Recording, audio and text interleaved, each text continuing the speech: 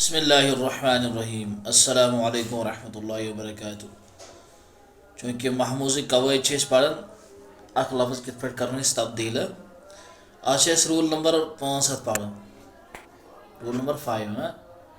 अगर हमजा चूँकि महमूज़ कायद पढ़ अगर हमजा ब्रोट हरफ सही मिसाल अलिफ या तो वाव यम जन हरफ इल्लत यमो वराई कह हरफ आस और यह साकिन यह जन हमजा हमजास कह हरकत ठीक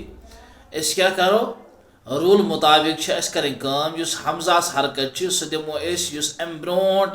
हरफ सही आस मिसाल मरअतुन लफ्ज़ मीम रा हमजा तो ता मरअतुन मीम रा जबर मर चूँकि रा अत पे जज़म यह रा सही हरफ सही क्या अलिफ या वाव वगैरह तकरीबन सारी सही हरफ मान तो यह हमजा हमजास पे जबर अस करो यह जबर तुलो हमजास पे थोद यह दिमो रास तो अमुक लफ्ज़ इस्तेमाल करो सह गो मारातुन मीम जबर मा रा जबर रा तादो पेश तुन यानी अगर जन साकिन हरफ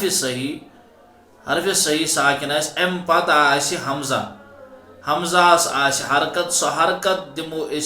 साकिन वोल हरफ सही तो हमजा गि बिल्कुल डिलीट युन कर ठीक